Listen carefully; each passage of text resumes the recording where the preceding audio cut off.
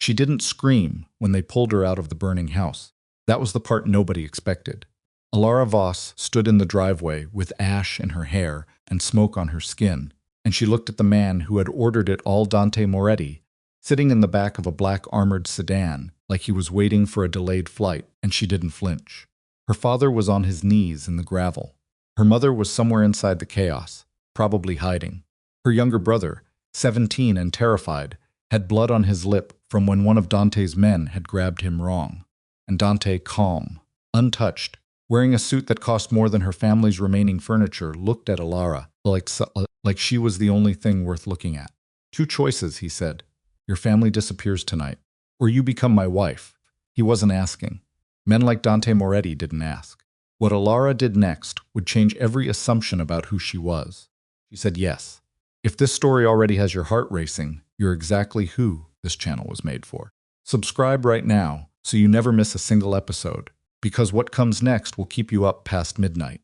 Hit that like button and drop a comment telling me what city or country you're watching from. I want to see how far this story travels. Now let's go back to the beginning, because nothing about this night was what it appeared to be. 3 weeks before the fire, Elara's father had come home, smelling like a casino and lying about it. This was not unusual. Preston Voss had been lying about casinos for as long as Elara could remember, since she was 9 years old, and found poker chips in his coat pocket since she was 14, and helped her mother cover a bounce check at the grocery store since she was 22, and realized the business dinner her father attended every Thursday night was actually a high-stakes underground card game in a basement off Marchetti Avenue. The lying was part of the architecture of their family. Everyone knew. No one said it directly. What was different about this particular Tuesday night was the way Preston moved through the front door. Slower than usual, both hands in his pockets. The way a man moves when he's calculating something and coming up short every time. Elara was at the kitchen table with her brother Luca, helping him work through a calculus problem that neither of them fully understood. Luca was 17, gifted in ways that made Elara fiercely protective of him, and completely oblivious to the financial rot spreading through the walls of the house they lived in. She worked to keep it that way. She worked hard at it. She looked up when her father came in. He avoided her eyes. That told her everything she needed to know about how badly the night had gone. "How much?" she asked, keeping her voice flat so Luca wouldn't hear the edge in it. Preston set his keys on the counter with exaggerated carefulness, like he was buying time. "I'll sort it out. You said that in March, and I did sort it out. You borrowed from Peter to pay Paul and called it sorting." Elara pushed her chair back. "How much, Dad?" He turned to look at her then, and what she saw in his face scared her more than any number could. Preston Voss had the particular look of a man who had gambled past the point of ordinary bad luck, past the territory where cleverness or timing or a good night could fix anything. He looked like a man who had crossed into something with no visible exit. "Go help your brother," he said. "Luca, go upstairs," Elara said. Luca looked between them, read the room the way teenagers do when they've had years of practice, and closed his textbook without argument. When his footsteps faded up the stairs, Elara turned back to her father. "Tell me." Preston sat down. He put his face in his hands for a moment, not dramatically, just like a man who needed a second to find the words. And then he looked up. 18 million. The kitchen went very quiet. "I don't understand," Elara said, though she did understand. She just needed a moment to let the number become real. "That's not. You couldn't have lost $18 million at a card table." "We don't have $18 million, I know. Then what did you lose it with?" "The house, the accounts, company, some things that weren't exactly mine to use." He couldn't hold her gaze. "And it's not a casino. It's Moretti." She had heard that name before. Everyone in this city had heard that name. The way you hear about weather systems and disease outbreaks not directly threatening you until suddenly they are. Dante Moretti, the East Coast operation. The kind of name that appeared in news articles that got retracted, in court cases that collapsed at the last minute, in conversations that stopped when certain people walked into certain rooms. "You gambled with Dante Moretti," Elara said. "It wasn't supposed to go this far." "How long?" 18 months. She pulled a chair out and sat down across from him because her legs had stopped feeling reliable. 18 months. Her father had been in debt to a crime organization for a year and a half and had said nothing, done nothing, changed nothing about the way they lived. Luca still had his tutors. Her mother still had her monthly lunches. Elara had gone to work every day at the gallery she managed and come home to a house that was apparently already owned by someone else. "They're coming Thursday," Preston said. "Someone from his organization. To discuss terms." "What terms?" "I don't know yet." "Dad." She waited until he looked at her. "What does Moretti do to people who can't pay?" Preston was quiet for long enough that the answer was clear. The man who showed up Thursday was not Dante Moretti himself. He was broad-shouldered and spoke in short sentences, and his name was Carver, and he sat in the Voss living room like he was mildly bored by the entire situation. He had a folder. The folder contained what Elara could see was a very detailed accounting of her father's debt, not just the principal, not just the interest, but a complete picture of every asset the Voss family owned and how each one would be liquidated. Elara sat beside her father because someone had to.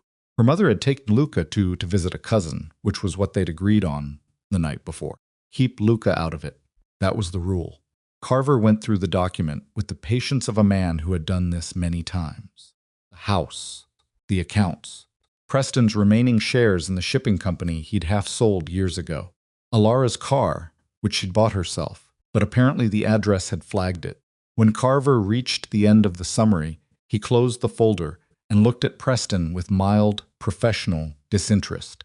"Mr. Moretti has a proposal," Carver said. "Given the nature of the debt and the limitations of your current assets, he is prepared to offer an alternative arrangement." "What kind of arrangement?" Preston said. Carver looked at Elara. It lasted only a second, but that 1 second was enough to make her stomach drop through the floor. "Mr. Moretti would like to meet with your daughter," Carver said. "He believes a more personal resolution might be possible." Elara kept her face very still. She had learned this from years of working in the art world, dealing with collectors who wanted things they pretended not to want, buyers who performed indifference while their hands shook over a canvas. "Keep your face neutral. Give them nothing to read." "She's not part of this," Preston said, and his voice had an unfamiliar quality, something raw under the practiced calm. "Mr. Moretti disagrees." Carver picked up his folder. "He'll be in contact about a meeting location. He would appreciate her attendance." He left. Preston sat without moving for a long time. Elara watched her father from across the room, and she thought about all the ways she had covered for him over the years, all the small deceptions that had accumulated into something she hadn't seen clearly until this moment. She thought about Luca, 17, gifted, completely unaware. "I'll go," she said. "Elara, what's the alternative, Dad?" He didn't answer, because there wasn't one, or rather there was, and they both understood what it was, and neither of them could say it out loud. The meeting was not at a restaurant or an office building. A driver came for her at 7 in the evening and took her to a townhouse in a part of the city that looked entirely ordinary from the outside good neighborhood. Well-maintained brownstones, the kind of block where nothing appeared to happen. Inside was different. Not threatening exactly, but dense. 3 men in the entry hall. Security cameras that she counted without appearing to count. Staircase leading up that she was not directed toward. She was shown to a sitting room. She sat. She waited 11 minutes, which she tracked on her phone because she needed something to do with her attention. Dante Moretti came in without announcement. She had expected, she realized later, something more theatrical. She'd built a mental image from news photographs and rumor, something larger, harder-edged, more obviously dangerous. The man who sat across from her was none of those things, or rather, he was all of those things, but they were compressed into something quieter than she'd imagined. He was perhaps 40, or a well-worn late 30s. Dark suit, no tie. A face that would have been handsome in a clean-cut way if not for the particular stillness of it, the way he held his expression like a man who had long since stopped letting his face give anything away for free. He sat down. He looked at her. He didn't say anything for what felt like a very long time, but was probably closer to 10 seconds. "Miss Voss," he said, "thank you for coming. I didn't have a lot of options." Something moved at the corner of his mouth, not quite a smile. "Your father's debt," he said. "You understand the scope of it?" "I do now." And you understand that even with the complete liquidation of every asset the Voss family currently holds, it falls approximately $11 million short. I can do arithmetic, she said. He watched her with that same unreadable stillness. I'm offering your family a way out of this situation that doesn't involve the enforcement methods I would otherwise be required to use. What does that mean, practically? It means I'm prepared to forgive the debt entirely. He paused. In exchange for a marriage. The word landed in the room like something dropped from a height. That's not a business arrangement, Elara said. That's a transaction in a different category entirely. Yes, you can't be serious. I am never anything else. She looked at him, this man, who had her family's life in his hands, and was discussing it with the emotional mental temperature of someone reviewing a licensing agreement. And she felt something that surprised her. Not fear, exactly. Or not only fear, something more complicated. The particular sensation of standing at the edge of a decision that cannot be walked back. Why, she said. You have enough money to absorb my father's debt as a business loss. What do you actually want? For the first time, something shifted in his expression. Just slightly. Just enough. That's a longer conversation, he said. I have time. Not tonight. He stood. I'll give you 48 hours to consider. After that, my people will move forward with standard collection procedures. He said it without drama, without threat in his voice, because he didn't need threat in his voice. The facts were threat enough. Elara stood too. She was not going to receive his pronouncements while seated if he was standing. If I agree, she said, my family is safe. My brother is protected. Yes, including from any future attempts to collect on any existing or manufactured debts. He looked at her with something that might have been appreciation. You're more careful than your father. That's a very low bar. He almost smiled again. Yes, your family would be fully protected. And the marriage, what does that actually require of me? My name, your presence at necessary functions, occasional public appearances. He was quiet for a moment. Nothing else. She believed him and didn't believe him simultaneously, which was probably the correct amount of trust to extend to a man in his position. I'll call you in 47 hours, she said. Called in 32. Not because she'd decided quickly. She'd spent 30 of those hours not sleeping, walking through the apartment she kept in a separate building from her family home, one she'd rented herself with money she'd earned herself, the only truly hers thing she owned. She walked, and she thought about Luca's face when he was concentrating on a problem. Thought about the look on her father's face when Carver had opened that folder. Called because at hour 31, she got a text from an unknown number that contained only 2 words. Protect him. She didn't know who sent it. She didn't know who it referred to. But she knew. She called Dante Moretti's number, and when he answered, she said, I'll do it. He said, I know, which should have been infuriating. Instead, it was the first honest thing anyone had said to her in weeks. The wedding was not what anyone would have planned. No family except the essential minimum, her parents present because they had to be, Luca, because she refused to do it without him. His side was a different arrangement entirely. Several men in expensive suits. A woman in her 60s with the bearing of someone who had survived a great deal, and an attorney who witnessed and documented everything. Elara wore a cream dress she had bought 2 days before at a department store, and standing in a fitting room and trying to feel something about the occasion that she could identify. She felt mostly tired, and beneath the tired, something that she didn't have a name for the particular sensation of walking into a situation with incomplete information and knowing that the information she lacked was important. Luca held her hand during the ceremony. He was 17 and trying very hard not to look frightened and failing slightly, which meant that she spent the ceremony mostly watching him instead of the proceedings, making sure he was okay. Dante said the required words with the same quality of careful flatness. He seemed to bring to everything. When it was done, he didn't kiss her. The officiant paused, apparently expecting it. Dante signed the document and stepped back. Elara signed it too and felt the particular irreversibility of ink drying on paper. Afterward, in the car going to what was apparently now her home, they did not speak for the first 12 minutes. Then Dante said, Your brother's school tuition has been arranged through his graduation, and there's a security detail that will monitor him without his knowledge. Elara looked out the window. I didn't ask for that. No. I'm telling you because you'd want to know. He paused, and because you would have asked eventually. She kept looking out the window and tried to decide what to do with the fact that he'd apparently thought about what she would want. The estate was large, in the way that money eventually becomes when it has been accumulating for long enough. Not ostentatious, exactly more like a building that had stopped trying to prove anything and simply existed in the confidence of its own mass. High ceilings, old wood. A garden in the back that she could see through the windows was meticulously kept. She was shown to a set of rooms on the second floor that connected by a door to what she understood was Dante's section of the house. The connecting door had a lock on her side. She tried it immediately and found that it worked. This seemed intentional. She unpacked her own bags because she had told the staff she would do it herself. She wasn't ready to have strangers handling her things yet.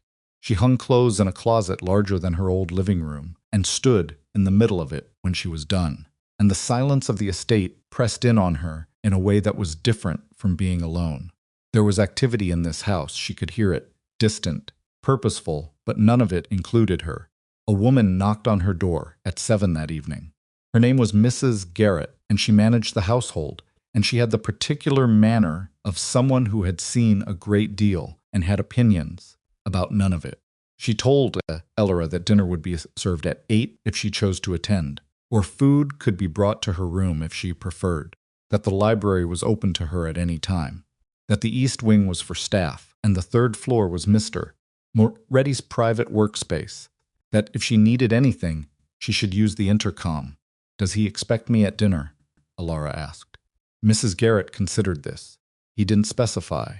"Does he typically eat at 8? When he's here?" "Yes."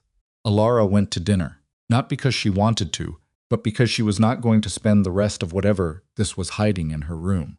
He was already at the table when she came in. He looked up. He said, "I wasn't sure you'd come." "I live here now," she said. "I'm going to need to eat." He gestured to the chair across from him. She sat. The food came in courses that were simple and good, which surprised her for reasons she couldn't entirely explain. She'd expected something more elaborate, more performative. This was just food. They ate without speaking for a while, not uncomfortably, which was strange. Then she said, "The photographs in the study at the end of the hall." He looked up. "I walked past it this afternoon when Mrs. Garrett was showing me the layout. The door was open. She set her fork down. They're of me." He was quiet, not posed photographs, candid ones. "On the street, at the gallery where I work, outside my apartment." She kept her voice level. "Some of them are from at least 2 years ago." The silence in the room had changed quality. "I want to understand what that means," she said, "and I want you to tell me the truth about it." Dante set down his own utensil. He looked at her across the table with that same careful assessment, the kind of look that seemed to be measuring not just what she was saying, but what she could tolerate hearing. "Not tonight," he said. "You said that before." "I know." He picked his fork back up. "Some things need more than dinner to do them justice." It was not satisfying. She filed it away and kept eating and understood for the first time, sitting in this enormous quiet across from this contained, unreadable man, that whatever she had walked into was significantly more complicated than a debt settlement, and that she had perhaps been the point of it all along. She didn't sleep well that first night. That wasn't a surprise. What surprised her was that she slept at all. Elara woke at 5:20 to the sound of movement somewhere below her, not alarming, just purposeful, the kind of sound a house makes when certain people in it don't keep civilian hours. She lay on her back in a bed that was too good to be uncomfortable and stared at the ceiling and thought about the photographs. Not posed. That was what bothered her most. Turning it over in the dark, the way you turn a stone over, looking for what's underneath. Candid photographs taken over a span of at least 2 years. Her on the street outside the gallery. Her buying coffee from the cart on Renner Street that she'd stopped using 8 months ago because they changed owners. Her outside her apartment, building her apartment, the one she'd kept specifically because it was separate from her mess. The one almost nobody knew about. Someone had known. She got up at 6 and dressed and walked through the house because she needed to understand the physical reality of where she was. The estate had 3 floors and a basement level she hadn't been shown. The ground floor was largely formal rooms that functioned as meeting spaces, a dining room, a library that was actually used based on the condition of the books. She spent 20 minutes in the library, pulling volumes at random, checking publication dates, looking at marginalia. Someone read here regularly. The handwriting in the margins was small and precise, and she couldn't tell yet whether it was Dante's. She was standing at the window of the library when she heard him behind her. "You're up early," Dante said. "So are you." He came into the room. He was dressed already, not in last night's suit, different clothes, but with the same quality of careful assembly that suggested he didn't own anything imprecise. He had coffee. He didn't offer her any, which she noted not as rudeness but as information. He hadn't expected her to be there. "The photographs," she said, without turning from the window. "I'd like to discuss them now. It's 6 in the morning. You said not last night." "It's not last night." A pause. She heard him set his cup down somewhere behind her. "There's surveillance," he said. "Standard background documentations on person connected to an active financial situation." She turned. 2 years is not standard background documentation. The debt my father ran up with you was 18 months old at maximum. The photographs go back further than that. He held her gaze with that careful steadiness she was already beginning to recognize as his default position, not evasion exactly, more like a man standing very still so that nothing he doesn't intend to show will show. "There were other concerns," he said. "What kind of concerns?" "Ones that preceded your father's involvement with my organization." She waited. He didn't fill the silence, which told her he'd decided how far he was going with this and had already reached the border. "You watched me for 2 years, she said, "without my knowledge, without any contact or explanation. And now I'm living in your house." She kept her voice even. "You understand why I'm asking you to be more specific?" "Yes." "Then be more specific." He picked up his coffee again. "There are things I'm not prepared to tell you yet, because telling you would create complications I'm not equipped to manage at this particular moment." "That is an extraordinary thing to say to someone you just married." "I know." "And you're saying it anyway." "Yes." She looked at him for a long moment, this man with his careful words and his surveillance photographs and his genuine apparent comfort with offering incomplete truths, and made a decision. Not to push further tonight. Not because she was willing to let it go. Because she understood, from years of managing difficult collectors and unreliable artists and the particular ecosystem of people who deal in things of value, that pushing, before you had leverage, only warned the other person to build better walls. She would find out another way. "Fine," she said. "Is there coffee somewhere in this house that doesn't require me to track you down for it?" Something in his shoulders loosened almost imperceptibly. "Kitchen. Mrs. Garrett is usually there by 6:30. "Good." She walked past him toward the door. "I'll find it myself." The first week was a strange education. The estate operated on systems Elara had to learn the way you learn a new city, not by being given a map, but by walking until the geography became instinctive. There were 6 full-time staff. Mrs. Garrett ran the household with the quiet authority of someone who had decided long ago that order was a form of self-defense.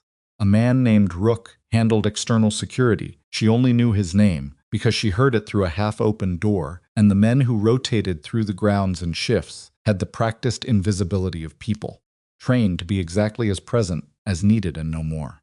Dante was in the house roughly half the time. When he worked from the 3rd floor, came down for meals with the regularity of a man who had decided consistency was worth maintaining, and spent his evenings in the library, or a side room she hadn't been shown that seemed to be where he made phone calls. She could sometimes hear his voice from the hallway low, unhurried, in a register that didn't carry words, but communicated a great deal about who had power in any given conversation. When he wasn't in the house, the atmosphere changed. Not worse, not better. Different, like the air pressure shifted. On the 4th day, she went to see her brother. Luca was staying at their parents' house while Preston and her mother sorted through what the debt settlement had left them, which was considerably less than they were accustomed to, but more than nothing. She didn't call ahead. She took the car that had been assigned to her, a black sedan, with a driver she hadn't asked for named Demi, who had the professional manner of someone who understood her job included not commenting on anything, and went to the house she'd grown up in.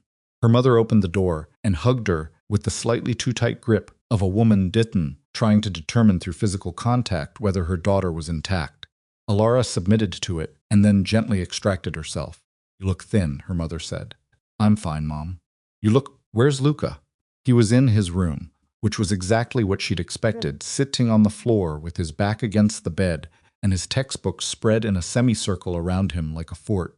He looked up when she came in, and the expression that thus crossed his face, relief, poorly concealed behind a performance of casual, made her chest do something complicated. "Hey," he said. "Hey."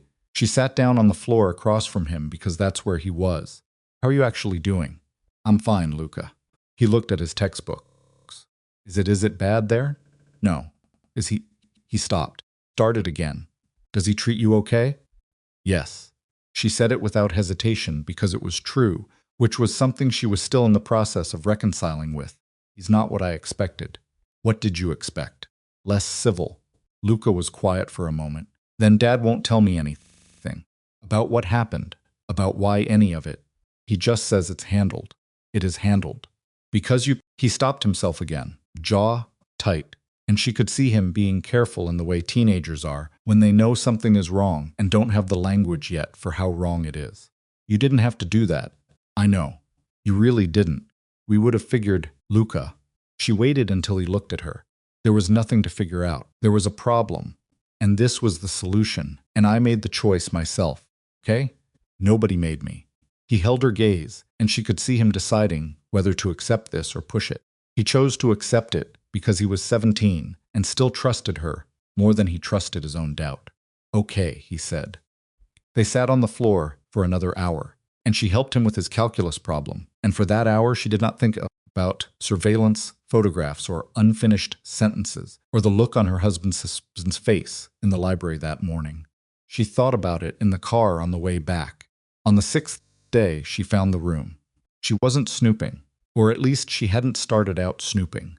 She'd been looking for a different book in the library, one she'd seen on the lower shelves and then couldn't locate again, and the search had taken her through a part of the ground floor she hadn't spent much time in. A hallway off the east-facing drawing room that she'd assumed led to a coat closet or storage turned out to be longer than it looked, ending at a door that was not locked.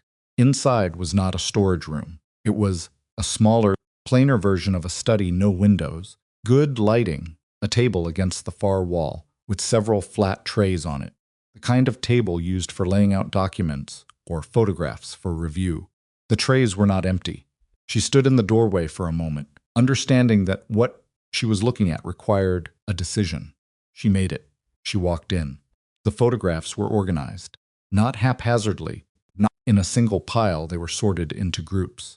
And the groups were in a sequence that was partially chronological and partially something else, some other organizational logic she didn't immediately understand. Some were of her, those she'd half expected or had braced for. But there were others too, her father in places she didn't recognize, with people she didn't know. A woman she didn't recognize who appeared across multiple photographs at different locations over what looked like several years. And at the edges of a cluster near the right side of the tray, something that stopped her completely. Her uncle Victor. She had not seen Victor Voss since she was 12 years old. He had died, or they had been told he had died, in a car accident in Eastern Europe when she was 12. There had been a service, or something like a service.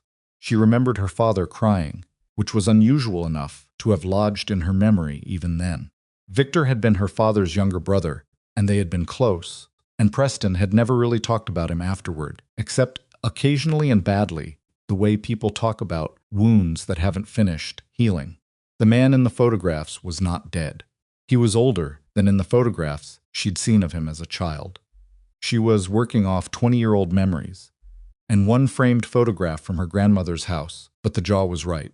Particular way he held his shoulders, something in the set of the face. He was with her father in some of them. Her father, who had told her his brother was dead. Her father, who had apparently been conducting secret meetings with a dead man. Her hands were not steady when she set the photograph back down, still standing there when she heard footsteps in the hallway. Dante appeared in the doorway. He stopped when he saw her. For a moment, neither of them spoke. The air in the small room was very close. You know he's alive, she said. Dante's expression didn't change, which was its own kind of answer. Victor Voss. She held up the photograph. My father told us he died when I was 12. You have photographs of him from what? The last 2 years? 3? She put the photograph back down. Why does my husband have photographs of my supposedly dead uncle? Dante came into the room. He didn't try to take the photographs or close the trays. He stood at the edge of the table and looked at the arrangement of images, the way a man looks at something he's been managing alone for too long. Sit down, he said. I don't want to sit down, Elara. The use of her name, the first time he'd said it without it being incidental, stopped her more than she would have predicted. She looked at him. He looked back. Something in the quality of his expression was different. Not softer exactly, but less armored. Sit down, he said again quietly, because what I'm going to tell you is going to require you to be sitting down. She sat. He remained standing. He looked at the photographs for a moment, as if choosing where to begin, and then he said, Victor Voss did not die in a car accident. He faked his death with your father's assistance in order to exit several business arrangements that had become dangerous. He used the intervening years to build an alternative operation, largely outside the United States, using capital that was not entirely his to use. Define not entirely his to use. Some of it was borrowed from various criminal organizations, including mine. A pause. A significant portion was stolen from my family's holdings. Approximately $14 million, restructured and laundered through 6 different financial entities over an 8-year period. Elara absorbed this. Your family's holdings. Not this happened before you were running things? Something moved across his face. Brief and controlled, but there. My father's organization. Yes. And you've been looking for Victor since I took over 8 years. He set his hands flat on the table in a gesture that was almost restless, which was the least restrained physical thing she'd seen him do. Your father knew where Victor was for the last 4 years. The gambling debts, the 18 million, were not entirely accidental. Preston Voss was using my organization's financial system to launder money on Victor's behalf. When the structure collapsed, the debt was the visible result. But the debt was secondary. She was very quiet. You married me to get to Victor, she said. He met her eyes. I married you because you were the only person in your family who had no knowledge of what your father was doing. And because Victor cares about you. Your leverage, Elara. Not because I want to use you as leverage. Because Victor will believe that I will. Quiet in the room was the specific kind that happens after something irrevocable has been said. And my father knew, she said, when he agreed to the marriage. He knew why you wanted it. Dante said nothing, which was an answer. She stood up, her legs worked, which surprised her. I need to go talk to my father. I'm not asking for permission. She walked past him. I'm telling you where I'm going. He didn't stop her. She registered that dimly on the way out. He let her go. Preston was alone when she arrived. Her mother was out. She didn't know where Luca was and didn't ask, because she needed this conversation to happen without anyone nearby who required her to manage herself. She walked into the living room, and her father stood up from his chair with the expression of a man who had been waiting, with dread for exactly this moment. Sit down, she said. Elara, Dad. She looked at him steadily. Victor is alive. Preston's face did something that she had never seen it do in 40 years of observation. Collapsed not dramatically, not all at once, but like something structural giving way. He sat down, not because she'd told him to, but because his legs apparently made the decision for him. She sat across from him and waited. How long have you known? She said. He contacted me 6 years ago. His voice was barely functional. After he heard I was in trouble, he said he could help. That we could work something out. By laundering his money through Dante Moretti's financial network. Preston closed his eyes. I didn't fully understand what I was agreeing to at first, but you understood eventually. He said nothing. The debt, she said. Dante says the debt wasn't accidental. That you knew what you were doing when the structure collapsed. It wasn't supposed to collapse that way, Victor said. He stopped. Started again. Victor said Moretti would be too occupied with other problems to notice what was happening. He miscalculated. Elara thought about the photographs, the surveillance, 2 years of watching. Dante noticed, she said. Yes, and the marriage arrangement. You knew why Dante really wanted it. Preston opened his eyes and looked at her, and in his face was something she recognized as genuine desperation not performed, not strategic, the real thing. I told him no. I told him I wouldn't agree to it. And he told me, his voice broke slightly. He told me that if you weren't here, under his watch, Victor would eventually use you himself as leverage against me. Victor is not the person I knew before. So you handed me to Dante to protect me from Victor. You safe. That wasn't your decision to make. She stood. The words came out quieter than the anger behind them, which was somehow worse than shouting. I'm an adult. This is my life. You lied to me about your brother for 20 years, and then you agreed to a marriage arrangement without telling me the actual reason and called it protection. She picked up her bag. Don't call me for a few days, Elara. She was already at the door. Her father said, behind her, he called me last week. Victor, he knows about the marriage. He knows you're with Dante. He said, a pause that felt weighted with something she couldn't see. He said to tell you, he's looking forward to seeing you again. Stopped with her hand on the door. He's coming here, Preston said. I don't know when, but he's coming. She walked out without turning around. The afternoon light hit her like something physical. Stood on the front step of the house she'd grown up in and breathed carefully, the way you breathe when you're trying to keep something from coming apart. And then she walked to the car.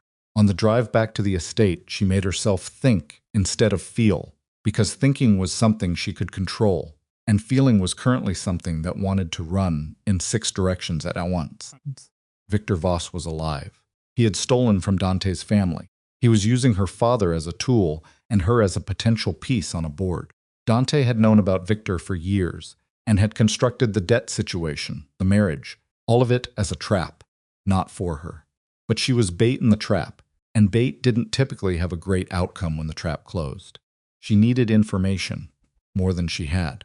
Not from Dante, who gave her information in controlled doses, and not from her father, who gave her information the way a man bleeding out gives it too late, too incomplete.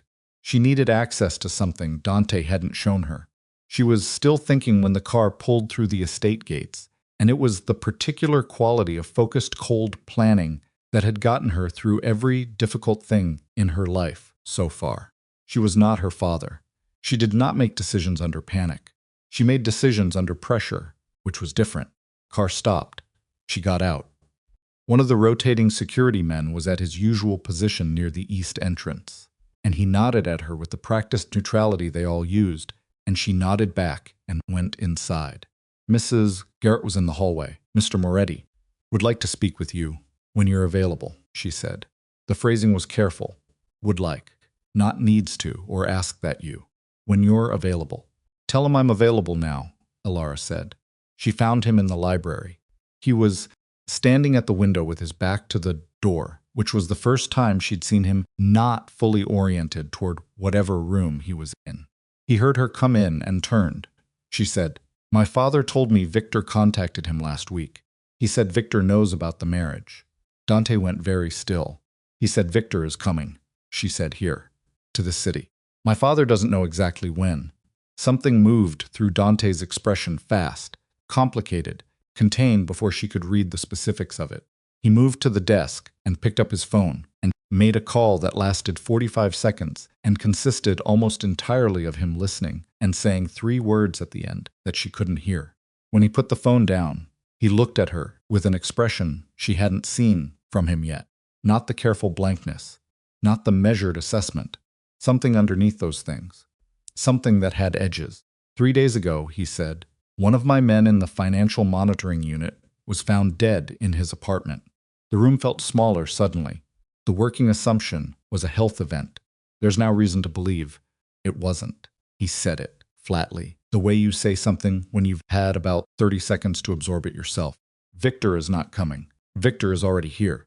Outside, somewhere in the garden, a branch moved in the wind and the security lights on the east wall clicked on, flooding the grounds in cold white, and neither of them moved for a long moment in the library's low light.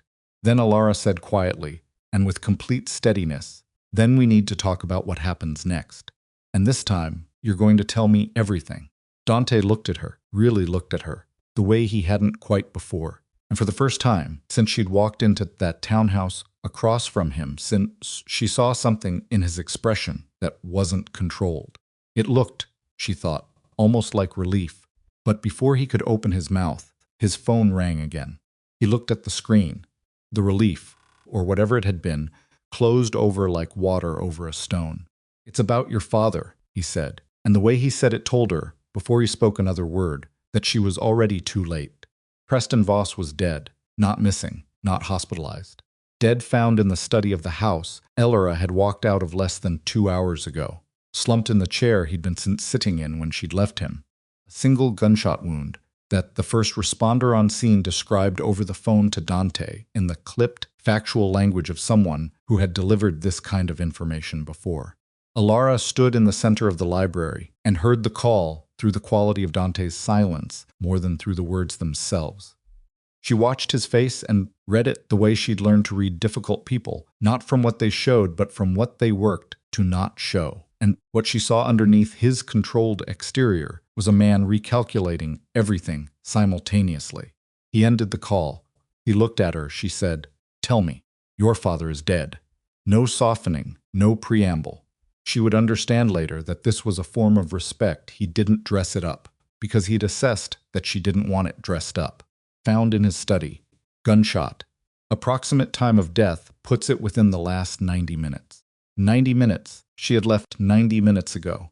She had been in that house, in that room, and her father had been alive. And she had told him not to call her for a few days, and walked out, and now he was dead in the chair she'd left him in. She sat down, not because she decided to, but because her body made that choice without consulting her. The room was very quiet. Dante stood across from it, watching her with that careful attention, and for once he didn't fill the silence with anything. And she understood that he was waiting for whatever she needed to do with the next 30 seconds before they had to start moving. She used the 30 seconds. She breathed. She thought about Luca, who was going to need to be told. She thought about her mother, who was out somewhere and didn't know. She thought about her father's face in the last moment she'd seen it, collapsed. Guilty. The face of a man who had been living inside a lie for 20 years and had finally seen the walls of it close in. She thought about what he'd said. He said, "To tell you he's looking forward to seeing you again." "Victor," she said. Dante was already moving toward the desk. "We don't have confirmation." "Don't." She looked up at him. "Don't give me the professional uncertainty speech right now. Victor contacted my father last week. My father told me Victor is coming, and then told me Victor had a message for me specifically. And now my father is dead, within 100 minutes of that conversation." She heard her own voice flat controlled, a register she'd found once before in her life during a genuine crisis and hadn't needed since. "Victor killed him. He killed him because my father told me too much, or because he was done being useful, or because he wanted to send me a message. Which one is it?" Dante sat down across from her, not at his desk in the chair, on the other side of the low table, close range, the configuration of a conversation rather than a report. "All three are possible," he said. "Victor has a pattern of eliminating people the moment their usefulness shifts to liability. My father was his brother.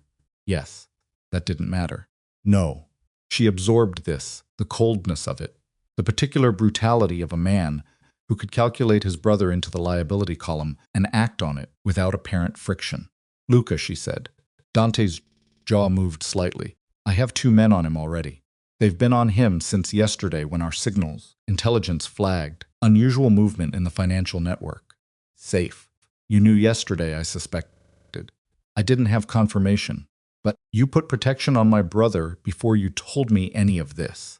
"Yes." She looked at him. "Why?" He held her gaze with the specific directness of someone who has decided to stop managing information and simply speak it. "Because I wasn't certain enough of the threat to alarm you, and I was certain enough of the threat to not leave your brother exposed. That is a very careful line to walk. I walk a lot of careful lines." She stood up because she couldn't sit still anymore.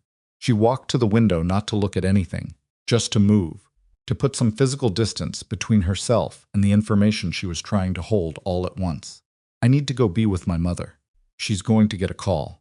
My people will get to her before the police do. She won't hear it from a stranger." He paused. I'd like you to wait 30 minutes. Let us establish the perimeter situation before you move. I'm not a guest here who you can manage the movements of. No. You're my wife and Victor Voss just killed your father, and I'd like to know where you are, and have some assurance that where you are is not also where Victor is. He said it without raising his voice. Just the words, bare and direct. 30 minutes. Turned from the window. Looked at him. His expression had that quality, again, the thing underneath the management, the thing she'd only glimpsed before. Not soft, more like stripped down, like he'd run out of the energy it took to keep the professional surface fully operational. Fine, she said. 30 minutes. 30 minutes. And then you're going to sit down with me and tell me everything you know about Victor. Everything. Not the version you've decided I can handle. All right. I mean it, Dante. I know you do.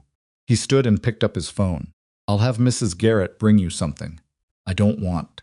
You're in shock. He said it without inflection, just as observation. You're functioning very well inside it, but you're in shock. It'll take 30 minutes anyway. He left the room before she could argue, which she recognized as a tactic, and found herself unable to summon the energy to resist. He came back in 28 minutes with a folder and sat across from her and put it on the table. She'd eaten half of what Mrs. Garrett had brought. Her hands were steadier. She looked at the folder, and then at him. Everything, she said. He opened the folder. What followed was 40 minutes of information that reorganized everything she thought she knew about the last 20 years of her life. Victor Voss had not faked his death to escape dangerous business arrangements, or not only for that reason. Primary reason was that 8 years before his supposed death, Victor had made contact with Dante's father, the previous Moretti patriarch, and entered into a financial partnership that had been, on Victor's side, completely fraudulent from the beginning. He had presented assets he didn't control, facilitated transactions that benefited his own parallel network, and over a period of 4 years siphoned approximately $14 million from the Moretti operation into a series of offshore accounts that he controlled through intermediary entities. When the Moretti organization had begun to discover the discrepancy, Victor had made a decision. He had gone to Preston and told him a partial truth that he was in danger, that he needed to disappear, and Preston, who loved his younger brother in the uncomplicated and slightly blinded way of an older sibling, had helped him. The staging of the death had been sophisticated. It had involved genuine cooperation from a foreign official, a body that was not Victor's, and documentation that had satisfied everyone except, eventually, Dante. Your father didn't know what Victor had actually done, Dante said. Not initially. He knew Victor was in trouble and needed to vanish, and he helped him because he was his brother. It took Preston approximately 3 years to understand the full scope of what he'd facilitated, and then he kept helping him. Anyway, Elara said. By that point, he was implicated. Victor made sure of it. She looked at the documents in the folder. Financial records, correspondence, photographs. A detailed map of a deception that had run for years and touched more lives than she had known. Your sister, she said. She hadn't planned to say it yet. She'd been building toward it. Understanding there was something still unspoken in all of this, something that explained the quality of Dante's investment in a $14 million theft that predated his leadership. Victor wasn't just stealing money from your father. Dante went very still. Tell me about your sister, she said. The pause before he spoke was long enough that she counted her own heartbeats. Her name was Sophia, he said. She was 23 when Victor was still operating openly within our network. She worked for the organization in a financial oversight capacity. He stopped. His hands, flat on the table, were completely motionless, the stillness of something held deliberately in place. She discovered the discrepancy in the accounts before anyone else did. She brought it to Victor directly because she trusted the chain of management, and Victor was her supervisor on that portfolio. Elara heard it before he said it. The particular shape of what was coming. Victor killed her, Dante said. He made it look like an accident. He had approximately 2 weeks before my father would have found the same discrepancy, and he used those 2 weeks to arrange Sophia's death and then stage his own. He looked at the documents rather than at her. My father died 14 months later. The official cause was a heart attack. I have believed for 6 years that Victor accelerated it. I have no proof. The library was absolutely silent. You didn't come after my father's debt because of the money, Elara said. No. You came after it because it was the thread that led to Victor. Yes, and the marriage. You told me I was leverage. You told me Victor cares about me, that he'd believe you'd use me. She was working through it out loud, not asking him to confirm, just following it to where it went. But there's more than that. You said you watched me for 2 years, since before my father's debt situation was even visible. You didn't put surveillance on me because I was connected to Victor's operation. He said nothing. Why did you start watching me, Dante? His jaw tightened. She waited. 2 years ago, he said finally, my intelligence team intercepted a communication from Victor's network. He was planning to use a family member as an unwitting courier, someone with no obvious connection to his operations who would transport financial documentation without knowing what they were carrying. Me. The communication specified you by name, your role, your schedule, your apartment address. He looked at her. Victor had been watching you for considerably longer than I had. He'd been building a profile for operational use. I intervened because the alternative was letting you walk into a situation that would have either put you in a cell or put you in the ground, depending on what customs did, with what you were carrying and what Victor did with you afterward. The information landed in her like something dropped from a height. He was going to use me as a drug mule, she said. Financial documents courier. Effectively, yes. And you've known this for 2 years and didn't. She stopped herself. You couldn't tell me without revealing everything else, without revealing that I knew your uncle was alive, that I'd been building toward Victor for years, and that your family was involved. He said it evenly, which would have put you in an impossible position. I'm in an impossible position now. Yes, but now you know why. She stood up. She walked the length of the library and came back and stood at the edge of the table and looked at him. You believed I might have been involved. When you arranged the marriage, you said as much in the library that first day. You said I was the only person with no knowledge of what my father was doing. But there was a part of you that wasn't certain. His expression shifted slightly. You were watching me for evidence that I was clean, she said. The marriage gave you access. If I was working with Victor, you'd eventually see it. He didn't deny it, which was the most honest thing he could have done. She sat back down. The anger was there, real, legitimate, the kind that didn't burn itself out in a scene, but settled into something cooler and more durable. But she set it aside because anger was a luxury, and they were now well past the threshold of luxuries. My father is dead, she said. Victor is in this city, and whatever plan you've been running for 6 years just had its central piece removed. She looked at him directly. What do we do now? Something in his posture changed almost imperceptibly, but she was watching closely enough to catch it. A weight redistributed. Victor will make contact, he said. He did this tonight because he wanted to accelerate our timeline. He knows I've been tracking him, and he's decided to control the pace. He'll contact me. Yes, because I'm the leverage now. My father was the person who connected Victor to your operation. With Preston dead, the only remaining tool Victor has to work with in this city is me. She understood the geometry of it, even though the geometry was brutal. He'll reach out because he wants to see if he can turn me, or use me, or her phone rang. Unknown number. She and Dante looked at it on the table between them. Then she looked at him. He gave her one small, deliberate nod. She answered. The voice on the other end was one she hadn't heard since she was 12 years old.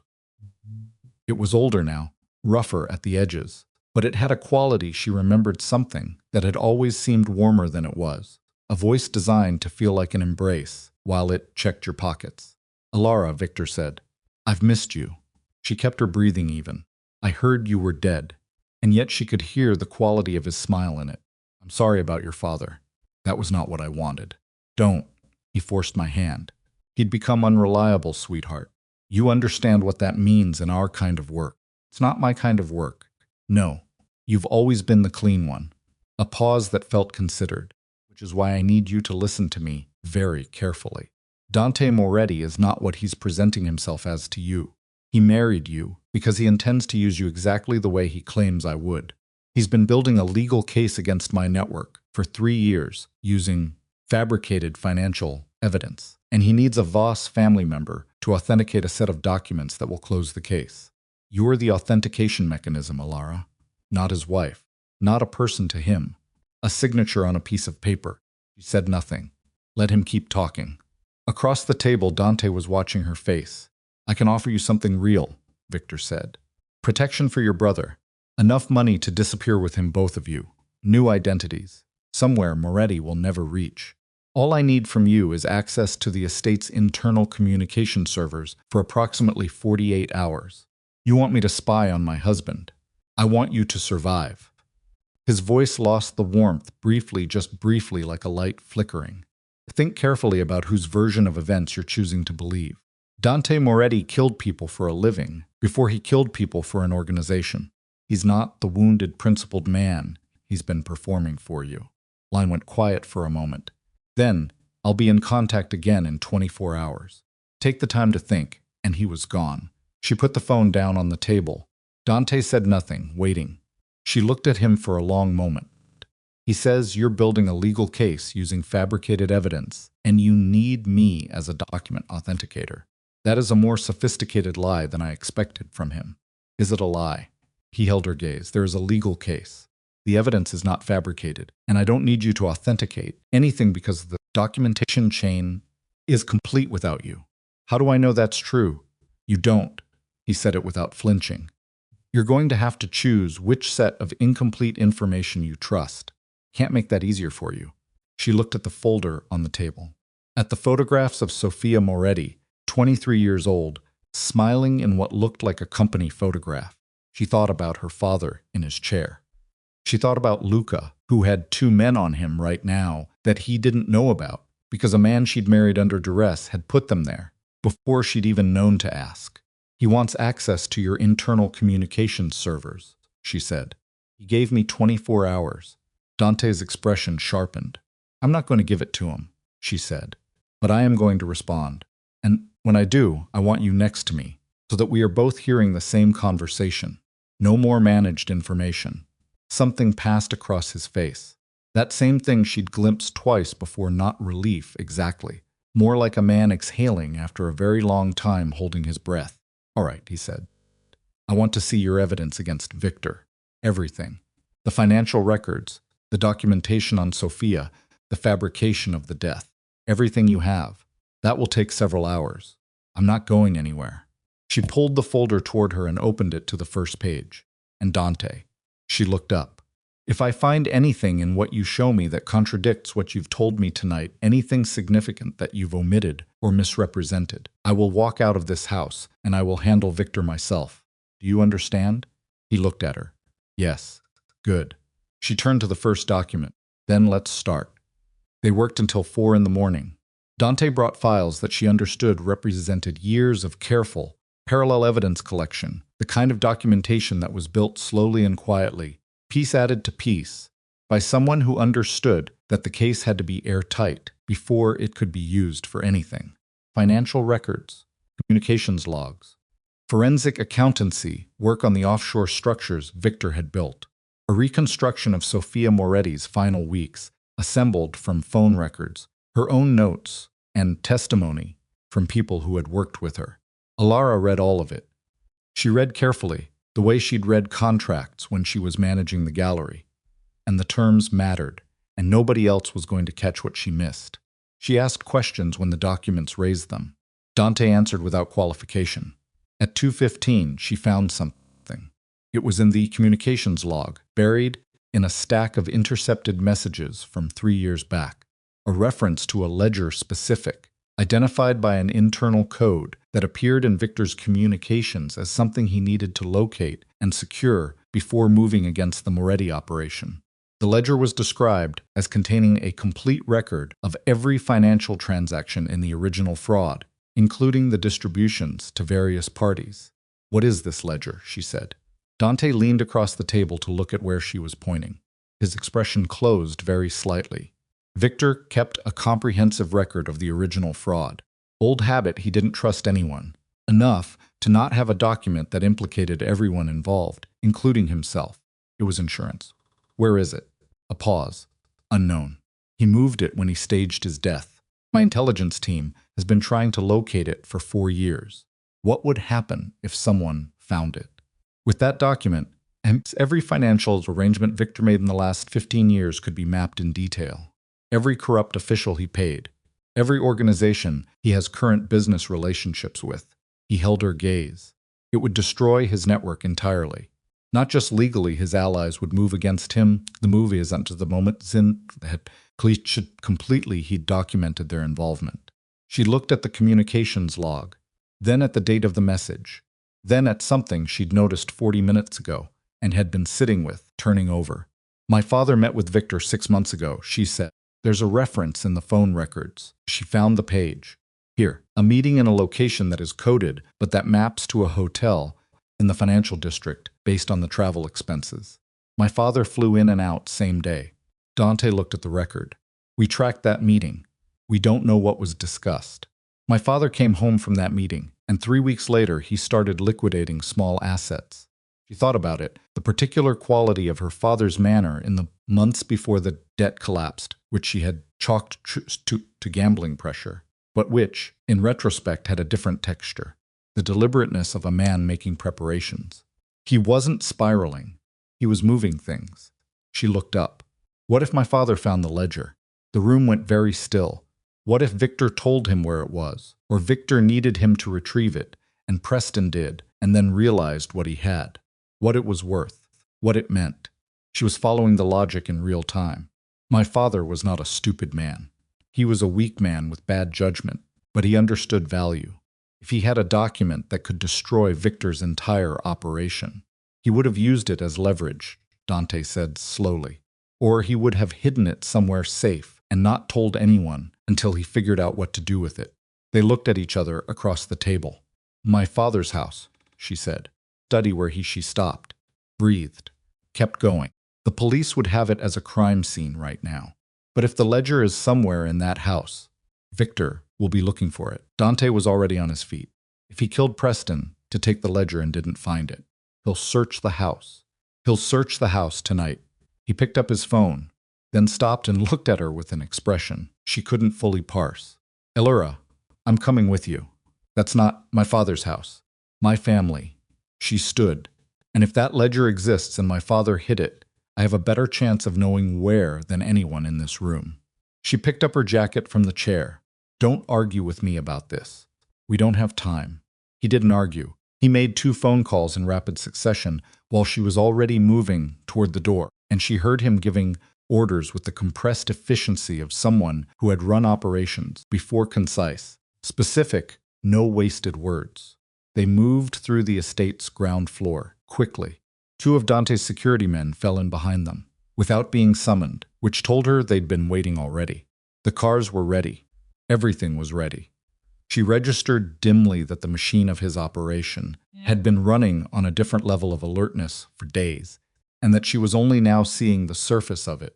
Outside, the night air was cold and still. She got into the car, and Dante got in beside her, and the gates were already opening. She thought about her father in his chair. She thought about the ledger if it existed, and where a man like Preston Voss would hide something he was terrified of and couldn't let go of simultaneously. She thought about Victor's voice on the phone, warm designed, the voice of someone who had spent decades being whatever the room needed him to be. She thought about Sofia Moretti, 23 years old, a photograph in a company file. She thought, I am going to burn every bridge Victor Voss has ever built. Car moved through the dark city, and Elara looked out the window and understood, with the cold clarity of someone who has just crossed from one kind of life into another, that she was no longer simply trying to survive this situation. She was going to end it. They were 3 blocks from the house when Dante's phone lit up with a call from his security lead, and the 4 words delivered through the speaker were enough to make everything past the point of planning into the pure physics of emergency. They're already inside, the voice said. And then the first shot cracked through the night, from somewhere up ahead, and the driver swerved hard. And all the careful thinking Elara had been doing in the back of that car dissolved into the raw, physical reality of a situation that had just run entirely out of time. The driver hit the brakes hard enough that Elara's shoulder slammed into the door panel and the seatbelt locked across her chest like a fist. The car fishtailed on the wet asphalt, tires screaming, And then there was a second shot closer this time. The particular flat crack of a high-caliber round that she felt in her back teeth more than heard, and the rear window on the driver's side spiderwebbed into a white constellation of broken glass. "Down," Dante said, and his hand was already on her shoulder, pushing her below the window line, his body angling between her and the side of the car where the shot had come from. Not a gesture, a reflex. She registered it even in the middle of going down, filed it somewhere. The driver was already on the radio.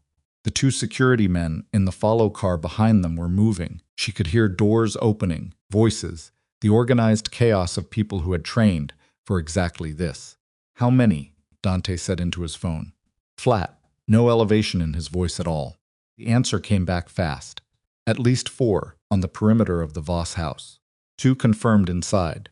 Victor's people, not the disorganized muscle of a man improvising, but coordinated, positioned. Someone had been planning the entry for longer than tonight." Dante ended the call and looked at her in the compressed space below the window line. His face was close. She could see a small cut above his eyebrow from where something glass, debris, had caught him when the window broke. He wasn't touching it, didn't seem aware of it. "Change of plan," he said. "We're still going in. Elara. If they find that ledger before we do, it's gone." She held his gaze in the dark of the car's interior. "Victor doesn't know I know it exists. He doesn't know to watch for me. He's watching for your people." Dante's jaw was tight. She could see him running the calculation, the competing weights of it. "There's a back entrance," she said. "The garden gate on the south side. My father never locked it. It's been broken for 6 years, and he kept saying he'd fix it and never did. Victor's people wouldn't know that. They wouldn't have it covered. You don't know that." "No, but I know that gate, and I know that garden, and I know where my father hid things he was afraid of." She watched his face. "You don't." 3 seconds of silence that felt considerably longer. "Stay behind me," he said. "Every step." "Understood." Spoke briefly to the driver and into his phone simultaneously, deploying his security team to the front of the house as a draw-make noise. "Make presence. Pull Victor's people's attention to the perimeter they were expecting to defend." It would give them maybe 4 minutes, maybe less. They went out the passenger side, low and fast, into the narrow space between the car and a row of hedges that lined this block of the street. The night air was cold and tasted like exhaust and wet pavement and something chemical that might have been the powder from the shots fired. Dante moved fast for a man his size, economical, precise, none of the performance of it, just the fact of it. Kept up. She was not going to be the variable that slowed this down. The south side of the block was darker.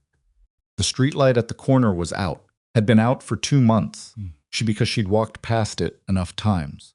The garden gate was set into a section of brick wall that ran the length of the property's south face, and it was exactly where she remembered. Iron, paint peeling, hinges that hadn't seen oil since the previous decade. She reached it first, put both hands on it, and pushed in the precise way.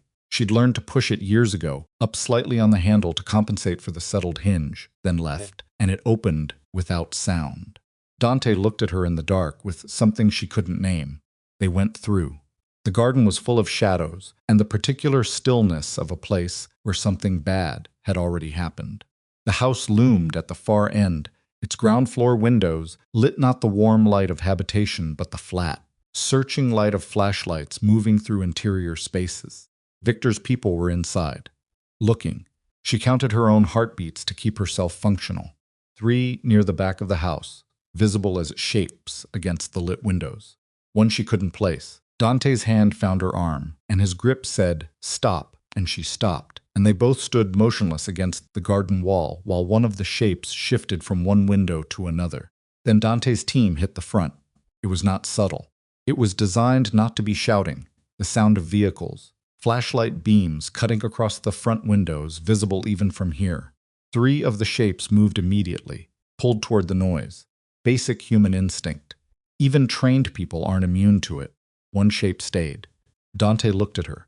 She looked at him. He moved. He was faster than she'd given him credit for, crossing the garden distance with a low, quiet efficiency that seemed wrong, for the way he normally moved, contained, deliberate. He hit the man from behind, and it was not cinematic. Fast and brutal and specific. The application of force to exactly the points that mattered, and the man went down without making enough noise to matter. Dante was at the back door in 8 seconds. She was right behind him. Inside, the house smelled wrong. Not just the must and familiar dust of her childhood home, but something underneath it, metallic, close, the ghost of what had happened in the study earlier tonight. She did not let herself think about it, and she put it in a room in her mind and closed the door and focused on the next 8 feet in front of her. Kitchen was empty. Flashlight beams were moving at the front of the house, in the hallway, on the stairs. Victor's remaining people, still searching. Dante moved to her ear. Where? She thought about her father. The way Preston Voss had hidden things when she was growing up, not elaborate, not clever, but consistent. He hid things where he could see them constantly, without anyone else thinking to look. The poker chips in his coat pocket. Cash in the hollowed space behind the loose panel in his study's built-in bookshelf, which she'd found at age 14 and never told him about. He was a man who hid in plain sight and called it strategy. Study, she breathed. That's where they found him. I know. They'll have searched it. They won't have found it. She went first because she knew the house, and he'd accepted this. Left out of the kitchen, past the dining room door, into the short hallway that connected to the study. She could hear voices now, 2 of them, male, 1 floor up, still searching, still buying the theater of the front entrance. The study door was open. She made herself go in. The chair was still there. The police had come and gone. Initial response. No extended scene, preservation yet. They'd be back. And the room had the particular disrupted quality of a space that had been processed quickly. Things moved. Drawers opened. The surface of her father's desk cleared of its usual accumulation. She went directly to the bookshelf. The loose panel was 3rd section from the right, bottom row, behind a set of financial reference volumes that Preston had owned for 30 years and never opened.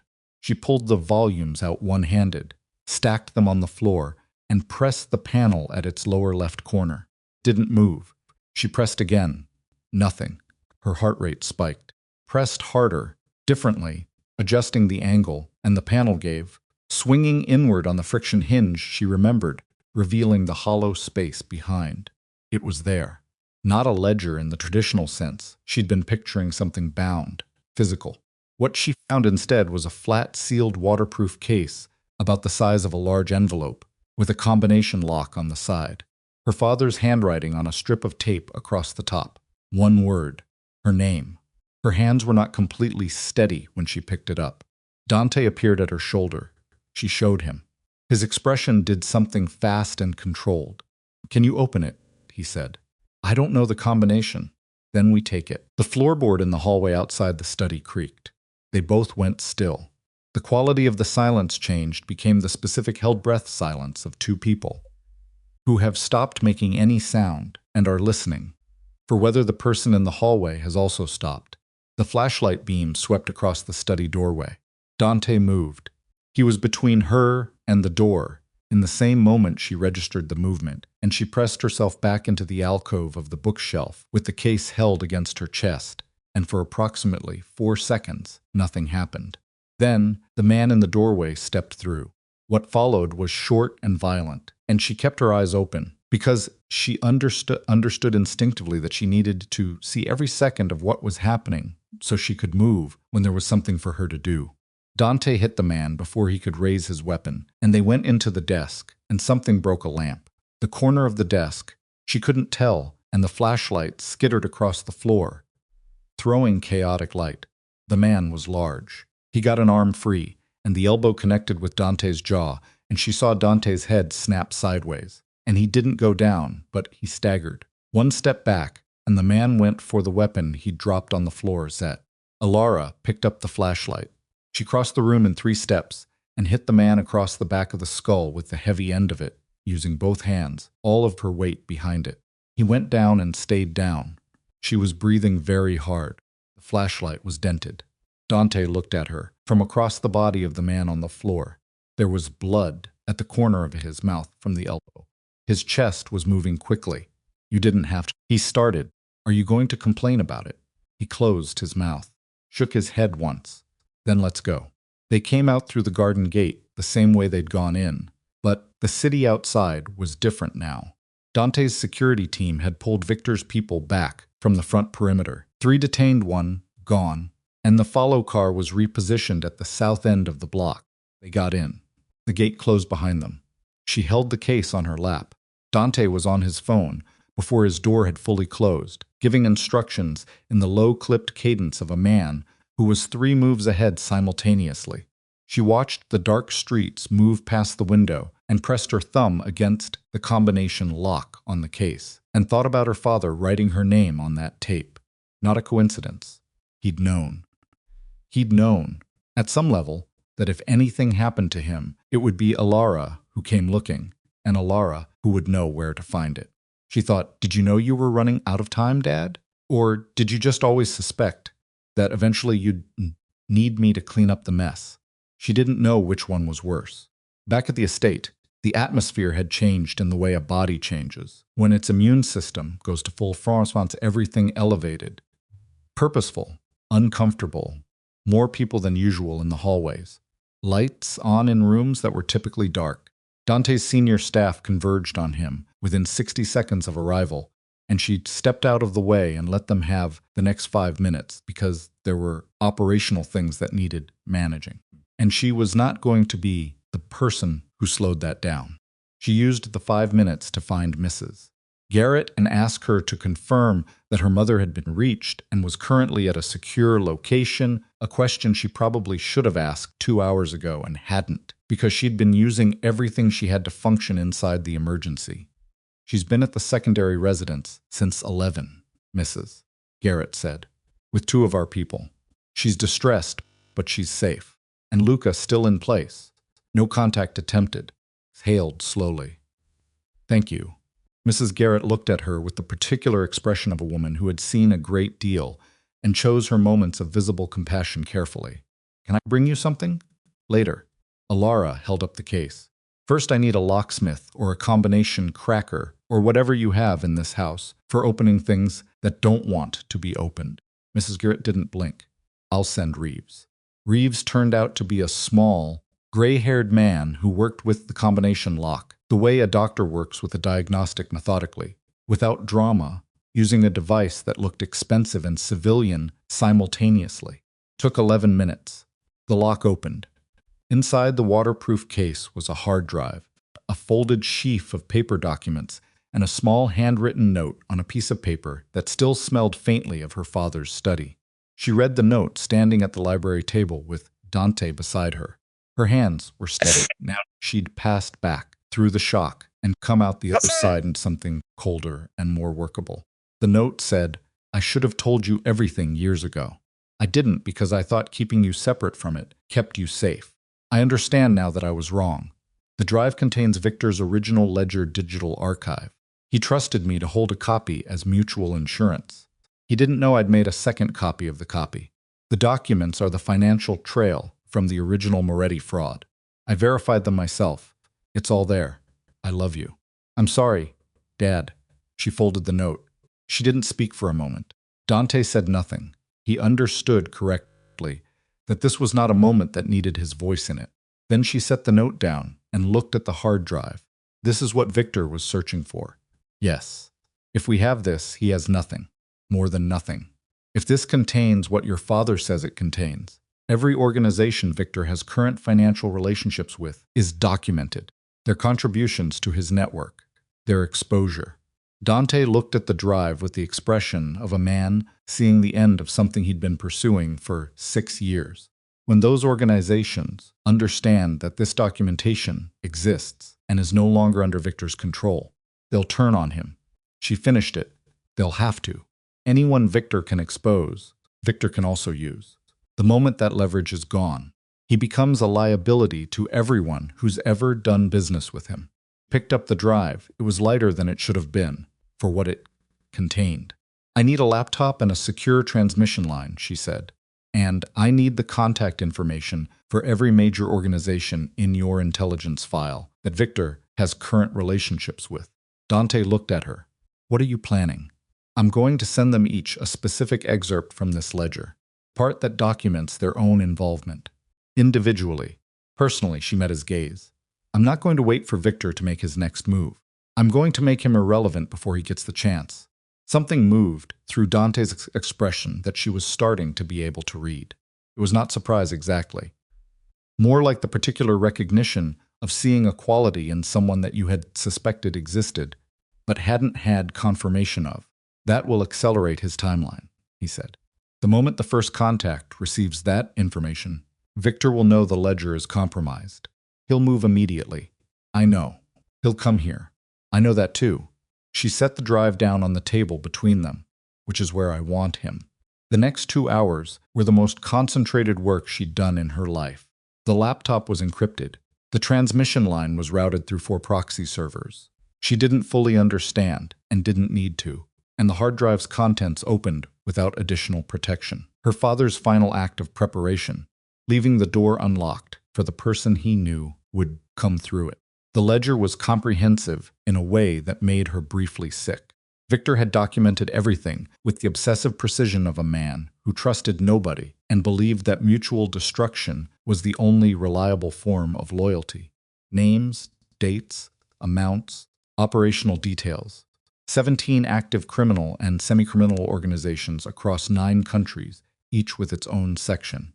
Each section was a complete map of their financial relationship with Victor's network, specific enough to constitute evidence in multiple legal jurisdictions, specific enough to constitute a death sentence in several others. She worked systematically. Dante sat across from her and handled the transmission logistics with 2 of his technical people standing behind him, and held the pressure occasionally. He looked at her across the table, with an expression she had stopped trying to fully interpret and had started simply accepting as something that was there. 3rd hour, her phone rang. Victor. She answered before the second ring. Dante's hand moved fractionally toward his own phone, not taking it, just marking the moment. Victor's voice was different this time. The warmth was still there, but underneath it was a tightness that hadn't been present before. "You've been busy tonight," he said. "Have I? My people tell me you were at your father's house." "Yes." "Did you find what you were looking for?" She said nothing. His breathing on the other end was controlled, but audible, the breathing of a man who was working to stay ahead of something he'd already partially lost.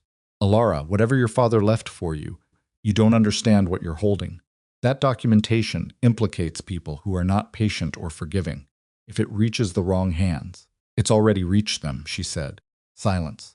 "Not all of them," she continued. "I've been selective, strategic. I wanted to give you the opportunity to hear it from me first." She kept her voice even. Conversational. The voice of a person who had made a decision and was comfortable inside it. "I've sent individualized excerpts to 7 of your current organizational partners, the sections that document their specific involvement. They're going to spend the next 12 hours deciding whether you're an asset or a catastrophic liability." Victor was quiet for 4 full seconds. When he spoke again, the warmth was gone. "You have no idea what you've done." "I have a very good idea. Those organizations will come for you." "Yes, I know." She picked up the drive and turned it over in her hand. "That's the point, Victor. You've spent 20 years building a network based on mutual exposure. The moment one person in that network has the ledger and is willing to use it, the whole architecture inverts. Everyone who was protected by your silence becomes threatened by your continued existence." The sound of his breathing had changed quality. She heard, underneath it, something she hadn't expected. Movement. Specific acoustic of a man changing locations while on a call. He was already mobile. "I'm coming for that drive," he said. "Whatever you think you've accomplished tonight, I am going to come for it and for you. And Dante Moretti is not going to be able to." "He doesn't need to," she said. "Good night, Victor." She ended the call. The library was very quiet. Dante was looking at her across the table with an expression she could read now, finally, clearly. It was not admiration. It was something older and more complicated than admiration. It was the look of a man who has been alone inside something for a long time and has just realized with a shock that he's trying not to show, that he isn't alone anymore. She set the phone down. "He's moving. He'll come here." "Yes." "How long? An hour?" "Maybe less." She looked at the laptop screen, at the list of transmissions sent, at the 7 attacks, the 7 contacts who were right now reading documentation that implicated them in crimes, and understanding that the man who had been their insurance was now their greatest risk. "We need to be ready. My people are all ready." His phone rang. Not his personal line, the emergency channel. He answered it, and she watched his face and read it the way she'd learned to read him. Fast, specific, dangerous. He ended the call, looked at her. "He's not coming with his own people," Dante said. "He's made a call. One of the organizations you didn't send excerpts to the Callaway Network, East Coast Independent, they owe Victor a significant debt. He's calling it in." She did the arithmetic. How many people does the Callaway Network have available? Enough to turn this estate into a combat zone. She looked at the laptop, looked at the drive, looked at Dante's face. "Then we send Callaway their excerpt now. Right now, before they move. It may not be fast enough. Faster than waiting for them to arrive." She pulled the laptop toward her and found the Callaway section in the drive's directory, and began pulling the relevant documentation. Her hands were moving. Her heart was moving. She was aware of both simultaneously and set both aside. "Get your people positioned. And get me a secure broadcast line, not point-to-point, a full network broadcast. I want everything on this drive transmitted simultaneously to every contact on the list the moment I give you the signal." Dante looked at her for 1 second. Then he was on the phone. Outside, she could hear the estate's security response, shifting into a different register, more movement, more voices, the organized reconfiguration of people who understood that the nature of the threat had just changed. She pulled up the Callaway documentation, sent it. 37 pages of financial records delivered in under a minute to an address in the Callaway Network's known communication infrastructure. Then she looked at the screen and waited and counted and thought about a woman named Dante Moretti who had been 23 years old and had found the truth and had not survived it. "I'm going to be the different version of that story," she thought. "I'm going to be the one who finds it and lives." The estate's exterior floodlights blazed on all at once, turning the grounds from darkness to flat white noon, and from somewhere on the perimeter she heard shouting, and then the sound of the first vehicle breaching the gate. And Dante was at her shoulder, and he said very quietly, "It's time." She looked at the laptop, at the broadcast function, at the button that would send the entire contents of Victor's ledger to every organization in the file, simultaneously 17 networks, the complete documentation of 20 years of mutual criminality laid bare in an instant. Her finger was on the key. She looked up at Dante. His face in the floodlight coming through the window was cut into hard light and shadow, and there was blood still at the corner of his mouth from earlier, and his eyes were on her with an intensity that had nothing managed about it at all. "Wait for my signal," he said. "When I have Victor, when he's contained and we have him on record, then you send it. The broadcast is the final move. If you send it before we have him, he'll disappear, and we'll never close the case. And if something goes wrong before you get to him, then you send it anyway." He held her gaze, but "Give me the chance to end this the right way." He moved toward the door, she said. "Dante." He stopped. "Turn," she said. "Come back." Not a question, not a plea. Just the words, straightforward and undecorated, said by a person who had decided to stop pretending she was indifferent to the outcome. He looked at her for one moment that felt like it had more interior space than the clock said it had. Then he went. She turned back to the laptop. Her fingers stayed on the key. Outside, the sounds of the estate under assault, built in waves, voices, impact, the structured violence of people fighting over something that had been coming. For 6 years, and she sat in the eye of all of it, alone in the library with her finger on the key, and Victor's 20 years of crimes on the screen in front of her, and she waited. First 10 minutes were the worst. Not because of the noise, though the noise was considerable. The estate's perimeter assault, producing a layered chaos of vehicle impact. Shouting, the particular sharp percussion of weapons, fired in open air that she felt in her sternum more than heard with her ears. Not because of the waiting, though the waiting was its own specific torture, sitting in the library with her finger on the key, and the laptop screen casting pale light across her hands, and the sounds of violence building outside like weather. The worst part was not knowing. She had no radio, no feed, no line into whatever was happening beyond the library walls. Dante had taken his people and gone into it and left her with one instruction: wait for his signal. Send on his signal. Send anyway, if it went wrong, and that instruction required her to sit still inside total uncertainty and not make the thing worse by moving before she understood the shape of it. She was not naturally a person who sat still inside uncertainty. Counted.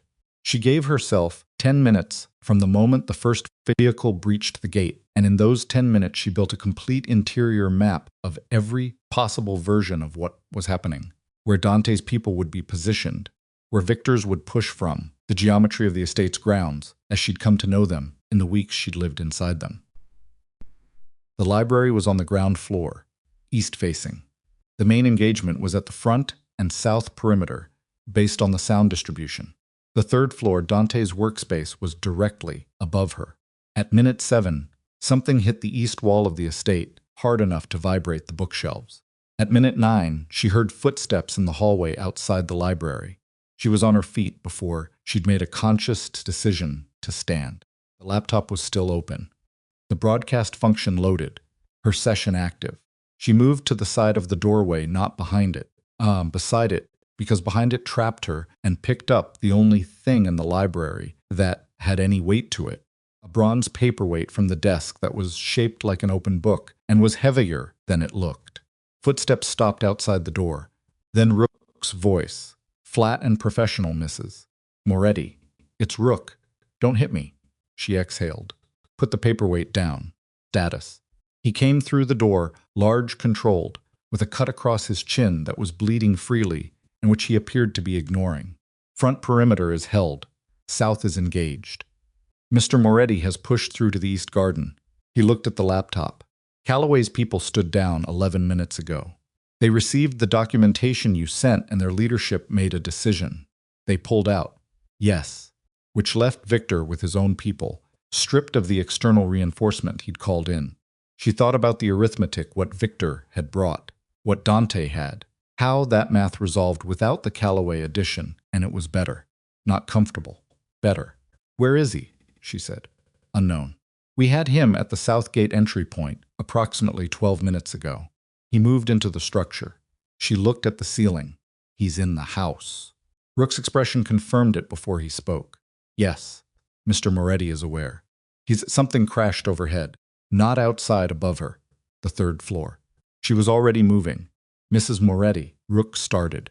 You're needed at the perimeter, she said, which was not necessarily true, but which gave him a reason to not physically block her, and she was out of the library and into the hallway before he could assemble the argument.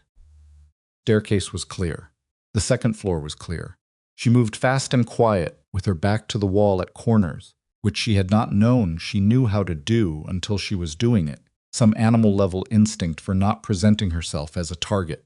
The third floor landing was darker than the floors below the overhead light was out. Whether by design or incident, she couldn't tell. She could hear voices, 2 of them, from the room at the end of the hall that she had been told was Dante's workspace and had never entered. The door was partly open. Light from inside, moving a flashlight or a phone, not the overhead. She moved to the edge of the doorway and stopped and looked through the gap between the door and the frame. The room was large and plain. Desk, multiple monitors, filing architecture along one wall. Dante was near the center of the room, and Victor Voss was 5 feet away from him with a weapon pointed at Dante's chest, and neither of them was moving. She'd been expecting the monster version of Victor, the distorted image that fear constructs, larger and worse than the reality. What she saw instead was a man of 60 who looked like an older, harder version of her father. Same jaw, same height. Something in the eyes that Preston had also had, some capacity for calculation that had always made her slightly uncomfortable in her father, and which in Victor had apparently developed into something much more functional and much colder. He looked like a businessman who had made a series of decisions he considered rational and was prepared to make several more. Dante was bleeding from somewhere on his left side. She couldn't see the extent of it, just the dark stain at his jacket's edge, just the way he was holding himself with that particular careful stillness of someone managing pain while trying not to show it as vulnerability. She heard Dante say, "You can't take the drive off the estate. My people have the perimeter. Your people are occupied," Victor said. He had a voice exactly as she remembered it from the phone, warmer than the situation now warranted. conversationally paced woos, the voice of a man conducting a meeting rather than committing a crime. And the broadcast your wife executed was selective. You're still in a position to negotiate. I'm not negotiating with you. Then I'll take what I need from the library when we're done here and find the drive myself. It can't be encrypted against a professional. Victor's weight shifted fractionally. The weapon didn't waver. This doesn't have to resolve violently, Dante. Your sister. Don't. Your sister was a problem that I handled. That's what you do with problems. I would have thought, in the years since you took over from your father, you would have learned to view it the same way. Dante's jaw was tight enough that she could see it from her angle. 23. She was a risk. She was my sister. Yes. Victor's tone was that of a man acknowledging a minor fact. And you've been carrying that for 6 years and letting it make your decisions for you, which is why you're in it. This room with a gun pointed at you instead of having a quiet life somewhere. Grief is expensive, Dante. It costs more than it's worth. She had heard enough. She pushed the door open. Both men looked at her. Victor's weapon swung fractionally in her direction for Aftzak and then back to Dante, because Dante was the threat, and she had walked in without one, which was accurate and also the point. Elara, Victor said, and the warmth in his voice rearranged itself for her, turning paternal, almost fond. I'm glad you're here. I wanted you to see that this resolves cleanly. What does cleanly mean, she said. It means I take the drive and I leave. Your husband lives. Your family, what remains of it, is left alone. He looked at her with the particular expression of a man offering something reasonable. I have no interest in hurting you. I never did. Your father misunderstood my intentions. You shot my father in his study. Your father had become... Don't say liability. Her voice came out harder than she'd intended. Don't use that word about him. He was your brother. Something moved in Victor's face. Not guilt, she wasn't going to pretend she saw guilt. More like the very brief appearance of something old and suppressed. A version of himself that had existed before decades of calculated living had compressed it into something unrecognizable. It lasted perhaps a second. Then it was gone. The drive, he said. Where is it? In the library, she said. I'll take you to it. Dante started. It's fine. She looked at Victor. You come with me. He stays here. I don't think so. Victor's weapon stayed on Dante. Comes. And if anything happens that I don't like, the negotiation ends. She had expected this. She looked at Dante and communicated the specific thing she needed him to understand, with look alone, because she didn't have the words she could say in front of Victor. She watched his face. As he read it, saw the resistance, saw it resolve into something harder and more trusting than resistance, saw him make the decision she was asking him to make. He gave her a fractional nod. She turned and walked toward the door. This way. They came down the stairs in a configuration that was almost orderly. She led. Victor behind her. Dante behind Victor with the weapon at his back. The house around them had gone quieter. The perimeter sounds had dropped in intensity. She didn't know what that meant and couldn't afford to find out yet. The library. The laptop on the table, still open, still active. The broadcast function still loaded. The drive was where she'd left it, next to the laptop. Victor crossed the room and picked it up. He turned it over in his hands, not greedy, just assessing. The expression of a man reclaiming he considered his. The broadcast you sent, he said without looking up. Selective. 7 contacts. The Callaway section included. He set the drive in his jacket's interior pocket. You're smarter than I expected. Most people are smarter than you expect, she said. Because you've spent 20 years calculating everything. Kept me alive. It killed your brother. He looked at her. Kept me alive, he repeated, as if she'd said something irrelevant.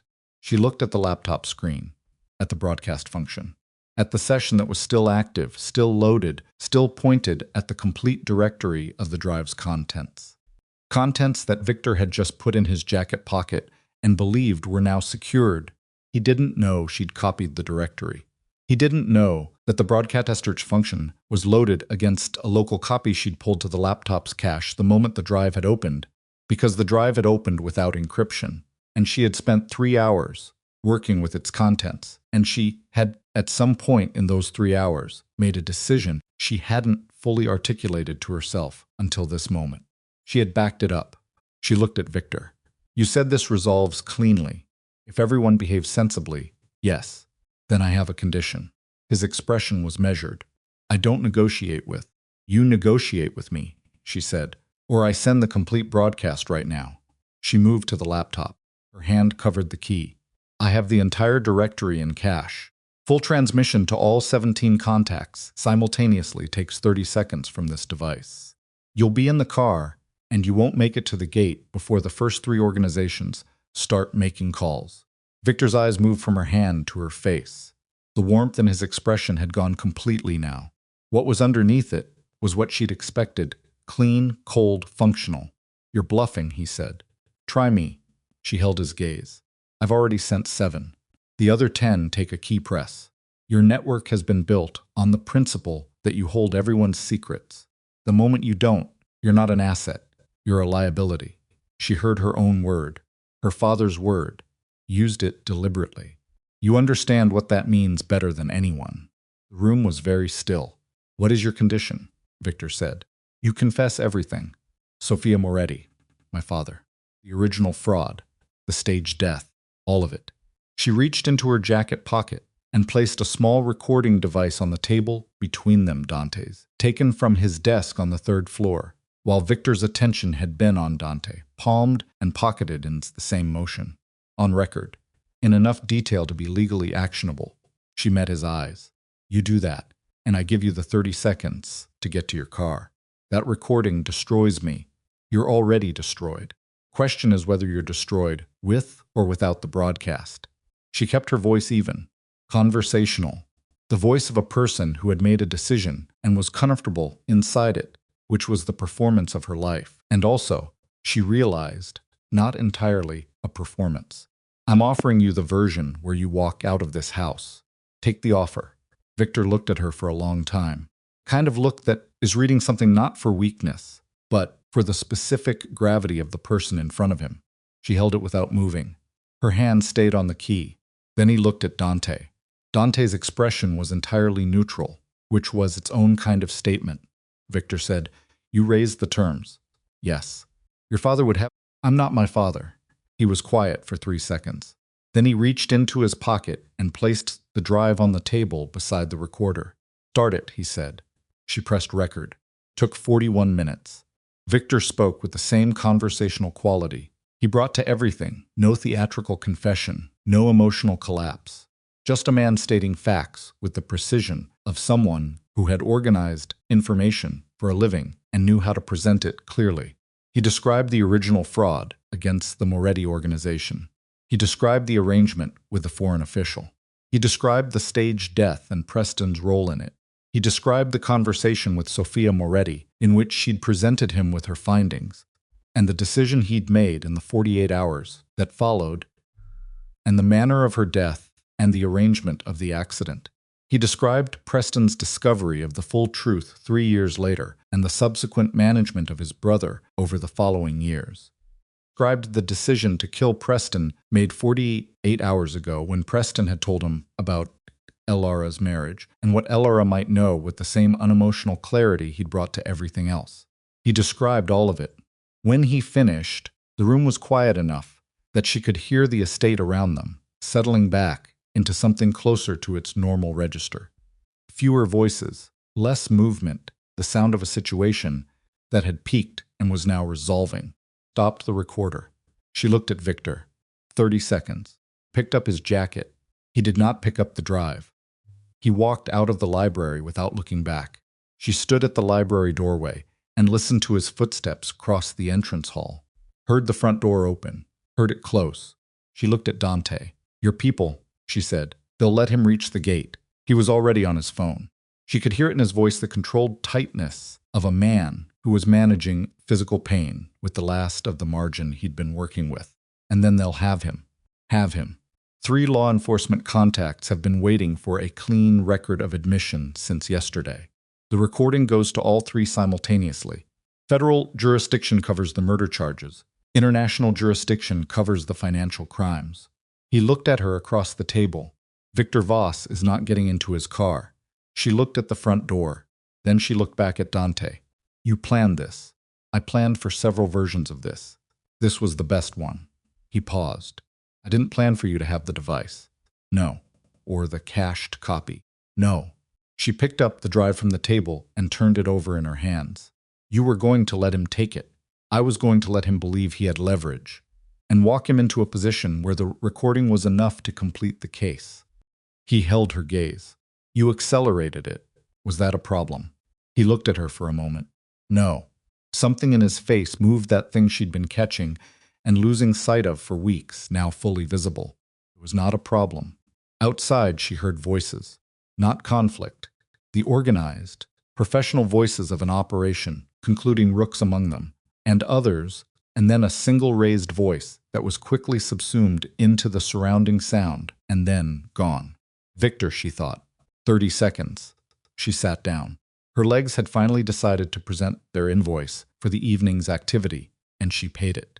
The library chair was the same chair she'd been sitting in when she'd pressed send on the 7 transmissions. What felt like a different era of the night, Dante sat across from her. He was still managing his left side with that careful stillness. She looked at it directly. You need someone to look at that, she said. I know, how bad? Not as bad as it looks. He paused. Probably. That's not a medical assessment. No. He looked at his hands on the table for a moment. Elara, she waited. I want to tell you something, he said, and I want to tell it to you correctly, which means I need a moment to find the right way to say it. Take your time. He looked up. I built this entire operation around Victor because of Sophia. You know that. You've known it since the 3rd day you were here. But what I didn't fully tell you was that somewhere in the 2 years I spent watching you, it stopped being purely operational. The library was very quiet. I watched you run that gallery, he said. I watched you cover for your father without letting him see you do it. I watched you at your apartment and alone on Tuesday evenings, cooking things that took too long because you were avoiding something you didn't want to think about. I watched you. He stopped, breathed, started again. I watched you and I built a case file, and I told myself it was intelligence gathering, and somewhere around month 14, I knew that wasn't what it was. She held very still. I told myself the marriage was operational, that you were leverage, that it was clean. He looked at her directly. I was lying to myself, which is something I've had significant experience not doing, so I noticed. She thought about the lock on the connecting doors on her side, the driver assigned without being asked for, Luca's tuition and security arranged before she'd thought to request it, 30 minutes he'd asked for at her father's house, and the way he'd positioned himself between her and the broken window in the car. Small things, each of which she had filed and not added up. She added them up now. This doesn't make what you did straightforward, she said. No. You surveilled me for 2 years. You used my family's crisis as a mechanism. Yes. And you married me under conditions that were not fully disclosed. Yes. He didn't soften any of it. She respected that. All of that is true. I'm not asking you to make it something it wasn't. She looked at the drive in her hands, at the recorder on the table, the laptop screen with its transmission log, the 7 contacts, the complete archive. She thought about 41 minutes of Victor's voice, describing everything she'd spent 3 days learning, and then telling her to set down. What are you asking? She said. He was quiet for a moment. I don't know. That's the honest answer. He looked at her with that stripped-down expression, nothing managed, nothing professional, just the man underneath the years of careful construction. I think I'm asking you to tell me whether any of this is salvageable between us. I'm not asking for an answer now. I'm asking whether the question is worth having. She looked at him for a long time. Then she said, when you said come back on your way out, when I said it to you. Yes. You heard that. Yes. What did it mean to you? He held her gaze. That you had a stake in whether I came back. That you were someone who had a stake. A pause. That maybe neither of us was as alone inside this as we'd been operating. She set the drive on the table. She reached across and put her hand over his, not dramatically, not as a declaration of anything resolved, but as a simple physical acknowledgement. His hand was cold. He turned it slightly under hers, without making it something more than it was. Question is worth having, she said. Something moved through his face, long, slow, a man putting something on that he'd been carrying at arm's length for a long time. All right, he said, but first you need someone to look at your side. Yes. He started to stand and she stood at the same moment, And without discussion, they both understood that she was going to be the person who found Mrs. Garrett and told her what was needed, because it was that kind of night, and they were that kind of people now. Apparently people who moved through the same space with the instinct of shared purpose. It was not the love story she would have written. It was considerably stranger and more damaged than that. But it was, she thought, on the way out of the library, real in the way that unplanned things are real, not constructed toward an effect, just true. 3 weeks moved through the estate like a long exhale. Victor Voss was arrested in the estate's driveway at 43 seconds past his 30-second head start federal agents. 3 agencies, the recording transmitted and received and acted upon with the speed of a case that had been pre-built and needed only the final evidence to activate. The arraignment happened within 72 hours. His attorneys were good, and it didn't matter. The recording was 41 minutes of a man confessing in complete sentences. The financial documentation was airtight. The international jurisdictions moved in sequence like dominoes, placed carefully over years, finally tipping. Of the 17 organizations documented in the ledger, 11 entered cooperation agreements with various law enforcement agencies in exchange for reduced exposure. 3 moved against Victor's remaining network assets directly, which had the practical effect of dismantling what law enforcement hadn't already reached. 2 went quiet in a way that their law enforcement liaisons understood as managed retreat. Victor's criminal network did not collapse dramatically. It deflated systematically, organization by organization, asset by asset, over the course of 3 weeks that felt to Elara like watching a building's internal structure fail from the inside out. Not explosive, just gone. Her mother came to the estate on the 5th day. She sat in the garden with Elara for 2 hours and said very little and held her daughter's hand with the grip of a woman who understood. Finally, the full weight of what had been kept from her and was deciding how to carry the bit of her life in light of it. She was not a simple woman, Elara's mother. She was a woman who had chosen not to see certain things for a very long time, and who was now choosing to see them. That choice had a cost, and she was paying it. On the 9th day, Luca came. He was brought to the estate by his security detail. The 2 men he'd never known were watching him, and when the situation was explained to him in the library, with Elara and Dante both present and neither of them managing it carefully, he sat very still and listened to the complete version of the last 3 weeks. He asked 3 questions, each of them precise and more adult than his 17 years gave him credit for. He did not cry. He did not perform the kind of rage that would have been understandable. He sat with the information the way a person sits, with a weight they've been asked to hold, assessing whether they can carry it. Then he looked at Dante. "You put people on me," yes, Dante said. "Without telling me, without telling you." "I want to know," Luca said, "if that continues." Dante looked at him with a respect that Elara recognized as not performed. "Continues until the last of Victor's remaining contacts are confirmed inactive. That's a matter of weeks. After that, you have my word it ends." Luca thought about this. "Your word." "Yes." Another pause. Luca looked at his sister with an expression that asked a question. She answered with a small, honest nod. "Okay," he said. Not warm, not forgiving anything yet, just agreeing to the next step, which was, she thought, the most honest possible response. Luca stayed for dinner.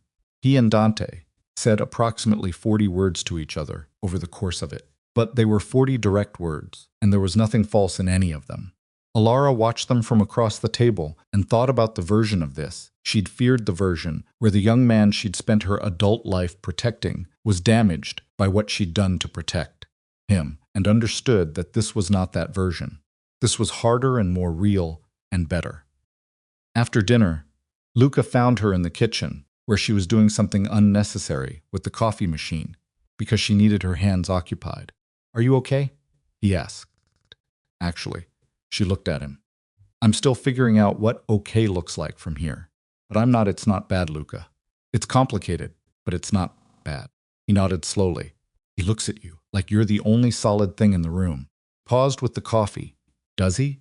"You don't see it, because it happens when you're looking somewhere else." He shrugged, in the way of a 17-year-old trying to communicate something that embarrasses him by its sincerity. "I'm just saying I noticed." He left the next morning, and she stood at the window and watched his car go and felt the particular sensation of a chapter closing, not ending, just changing form. On the 19th day, Dante came to find her in the library.